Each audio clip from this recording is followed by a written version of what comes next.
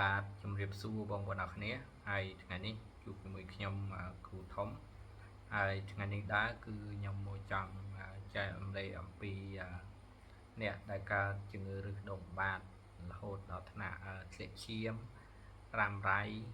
បាទដែលមើលមិនជាព្យាបាល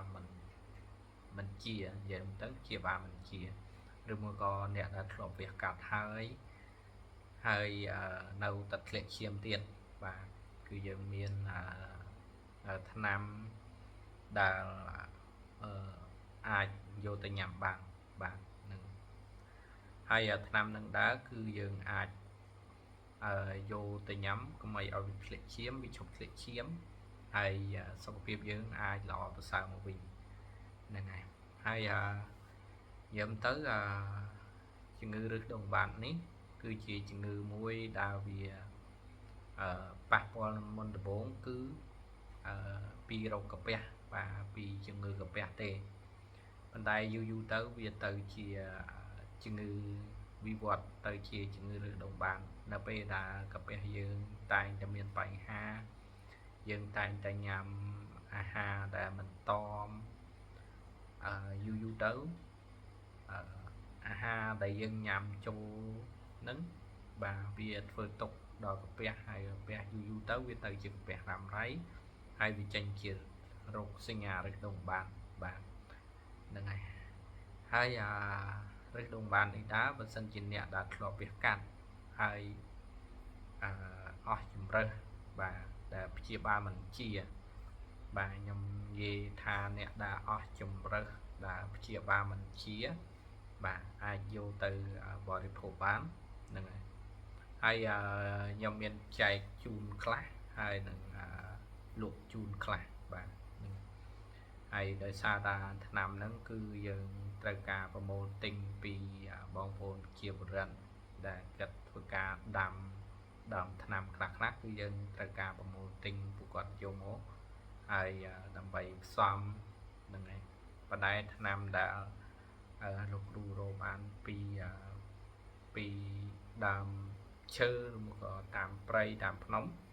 បាទគឺលោកគ្រូចែកឲ្យជូនបាទគឺអត់យកលុយទេប៉ុន្តែអ្វីដែលលោកគ្រូទិញគេបាទគឺត្រូវតា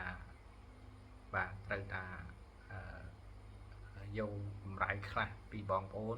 ដើម្បីយកទៅទិញដល់ប្រជាពលរដ្ឋយើងបាទហ្នឹងអញ្ចឹងអ្នកដែលកើត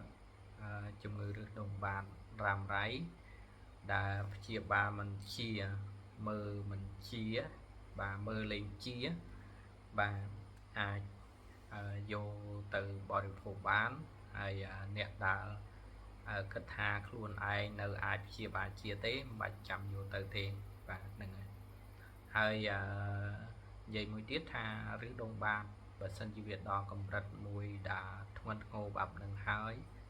គឺវាត្រូវការពេលវេលាដើម្បីការព្យាបាលបាទអញ្ចឹងវាត្រូវការពេលវេលារៀងយូរគ្រាន់ក៏ប៉ុន្តែបើសិនជាថាហូបទៅឲ្យវាបាត់ធ្លាក់ឈាមបាទបាត់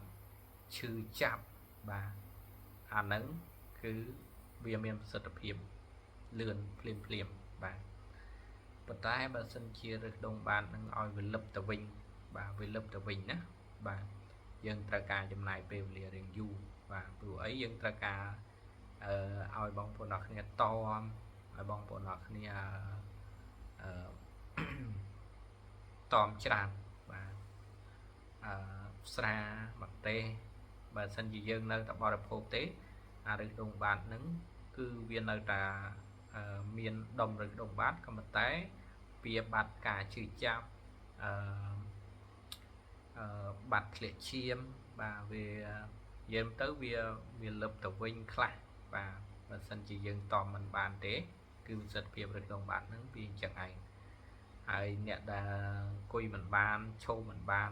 ដេកមិនបានអ្នកដែលធ្លាប់វះកាត់ហើយធ្លាក់ឈាមអត់បាត់បាទអាចយកទៅបរិភោគបានអាហ្នឹងជាដំណាក់កាលមួយដែលធ្ងន់ធ្ងរដែលវះកាត់ហើយ អត់បាត់ធ្លាក់ឈាមវានៅដំណាក់កាលហ្នឹងគឺដំណាក់កាលដែលធ្ងន់មែនទែន